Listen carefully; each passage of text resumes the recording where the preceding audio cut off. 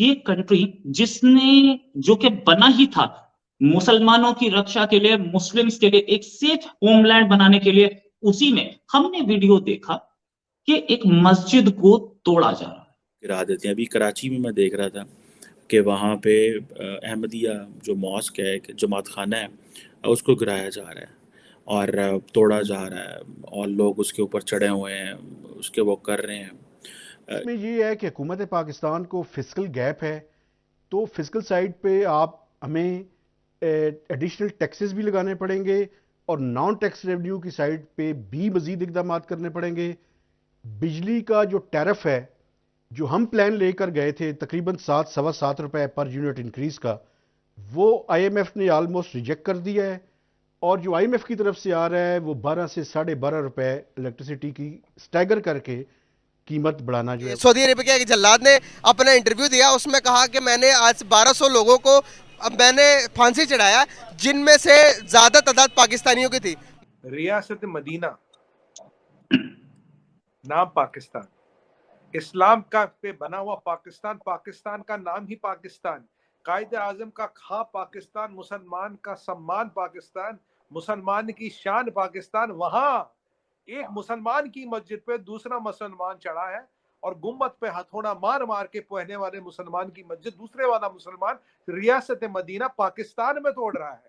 Doctor Abdul Qadeer ने हमारे लिए एटम बम बनाया, हमने उसे सड़कों पर जलील करवा दिया। अगर यहाँ पर मिसाल ले ले, एजीपी अब्दुल कलाम ने इंडिया का जो एटॉमिक पावर बनाया तो उन्होंने उसको इतना रुतबा दिया कि मुल्क का प्रेसिडेंट बना दिया एक मुस्लिम को। कहोगे भारत आके जीपी और पीओके लेके, तो तब क्या करोगे? भारत के डर ने इनकी सेना को नपुंसक कर दिया, भारत के डर से इनकी सेना नपुंसक हो चुकी है। सच्चाई है। आज देखिए, ये तहरीके तालिबान वालों तक से नहीं लड़ रहे और अब न लड़ने का क्या बहाना ढूंढ दिया। 45 लाख पठान यहाँ, मुझे क्या पता उनमें से कौन कौन वो है। और जय हिंद दोस्तों, नॉर्थ टीवी इंडिया में आपका स्वागत है। दोस्तों, हमने पाकिस्तानी मीडिया में हर बार भारत के खिलाफ प्रोपगेंडा करते हुए सुना होगा, जिसमें पाकिस्तानी पत्रकार और बड़े से बड़े एनालिस्ट सब कहते हैं कि भारत में मुसलमानों के साथ अत्याचार और उत्पीड़न हो रहे हैं और मुसलमानों के बरसी प्लेस यानी कि मस्जिद को तोड़ा जा रहा है। लेकिन दोस्तों, पाकिस्तान में खुद के देश के रह रहे मुसलमानों के खिलाफ अत्याचार को छुपाते हुए आ रहा है। दोस्तों, कल ही पाकिस्तान में एक मस्जिद को तोड़ा गया, खुद मुसलमानों के द्वारा दोस्तों इस मस्जिद को तोड़ा गया। यह मस्जिद अहमदियों का था। वहीं दूसरी तरफ पाकिस्तान का अब सऊदी अरब ने एक रिपोर्ट जारी किया है, जिसमें सऊदी अरब के ही जल्लाद जो लोगों को फांसी का सज़ा सुनाता है, उसी ने कहा है कि जल्लाद ने सबसे ज़्यादा फांसी की सज़ा पाकिस्तानियों की दी है, क्योंकि सबसे ज़्यादा इलीगल काम सऊदी अरब में पाकिस्तान के ही लोग करते हैं। सिर्फ पाकिस्तान में आप देखें कि जो चीज़ को हाईलाइट करना चाहिए, एक तरफ मिलिट्री ऑपरेशन हो रहे हैं, कहीं पे मस्जिदों पे हमले हो रहे हैं, कहीं पे मस्जिदों में दहशतगर्द घुस के मस्जिदें जो है वो तोड़ देते हैं, मस्जिदों पे हमले कर देते हैं, और कई जगह पे ये होता है कि हम खुद ही मस्जिदों को जो है वो गिरा देते हैं। अभी कराची में मैं देख रहा था कि वहाँ पे अहमदिया जो मॉस्क है, कि जमात खाना है, उसको गिराया जा रहा है और तोड़ा जा रहा है और लोग उसके ऊपर चढ़े हुए हैं, उसके वो कर रहे हैं। इसी तरह ईसाइयों के साथ होता है, इसी तरह लगभग और माइनॉरिटीज़ के साथ भी होता है पाकिस्तान में।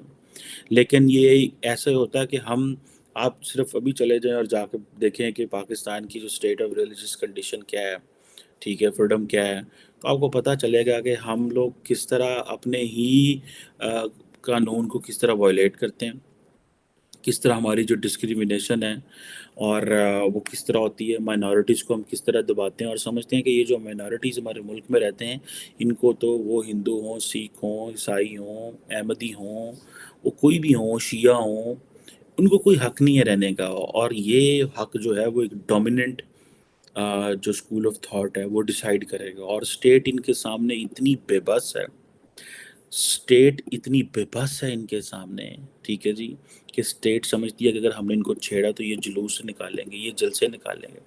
पाकिस्तान के एक मौलवी साहब हैं आजकल, वो कल मैं उनको सुन रहा था और वो कह रहे थे कि जनाब, जो बाहर का मुल्क आपसे पैसे डिमांड करते हैं ना, जिसका कर्जा देना है, हाथ में तुम न्यूक्लियर वेपन लेके चले जाओ। अब ये साद रिजवी साहब जो हैं, इनके ऊपर बड़े दहशतगर्दी के मुकदमे भी बने, इन्होंने फ्रांस के सफ़ीर को निकालने की बात भी की। हुआ क्या, आज वहां का पुलिस वाला ISI मुर्दाबाद के नारे दे रहा है। 5-6 चीजें बताऊंगा आपको फैक्चुअल।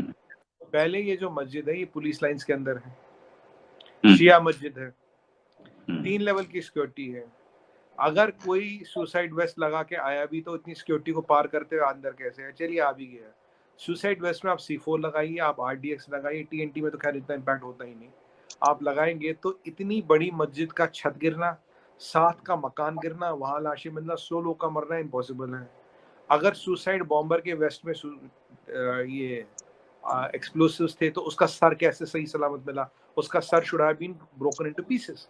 अगर सही सर मिला तो मतलब बम किसी ने पहले लगाए थे, सुसाइड बॉम्बर ने जाके सिर्फ डेटोनेट किए।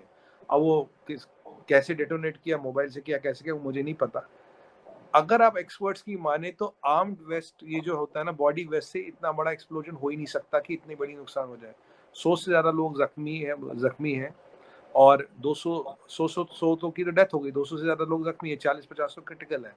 तो ये 125-30 के आसपास आंकड़ा रुकेगा।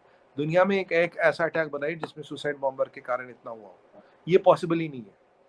तो अब सवाल ये है कि कौन बिका है, किसने बेचा? क्योंकि क्या ये शिया है तो इसलिए इनको मारना है? किसको पता था फौज की मस्जिद में ही करना? और तहरीक तालिबान ने क्या कहा था? तहरीक तालिबान ने कहा था मैं फौजियों को, आर्मी को और पॉलिटिशियन को मारूंगा, मैं सिविलियन को कुछ नहीं करूंगा। पहला हमला पुलिस स्टेशन, दूसरा हमला ये मस्जिद, कल एक और पुलिस स्टेशन पे कब्जा किया। तो कहीं ना कहीं तहरीक तालिबान वाले पिक एंड चूज कर रहे। उसको काउंटर करने के लिए इंटरनल मिनिस्टर ने क्या कहा, सनाउल्लाह ने, कि भाई ये तो 45 लाख पठान रहते, मुझे क्या पता कौन कौन आतंकवादी, सब पठानियों को आतंकवादी घोषित कर दिया गया। तो अगर आप देखिए, अगर आप चीजों का प्रकरण देखिए और उनको जोड़े तो एक सुसाइड वेस्ट से इतना बड़ा नुकसान हो ही नहीं सकता। तो जब तक अंदर के लोग मिले ना हो, जब तक ISI मिला ना हो, जब तक फौज ना मिली हो, ये काम तो हो ही नहीं सकता। बिना उनकी मिली बात के कैसे काम होता? आज KP की तो पुलिस ने तो इन मास रिजाइन कर लिए। आज पहली बार ISI के खिलाफ नारे लग रहे हैं, नदी अंजुम के खिलाफ नारे लग रहे हैं, असीम मुनीर के खिलाफ नारे लग रहे हैं। कारण क्या है? बिना उनके आशीर्वाद के, बिना उनके हाथ के इतना बड़ा कांड हो ही नहीं सकता। और मरने वाला क्या है? 90% से ज्यादा फौजी है, उसका रिश्तेदार, और उसमें से भी 80% शिया।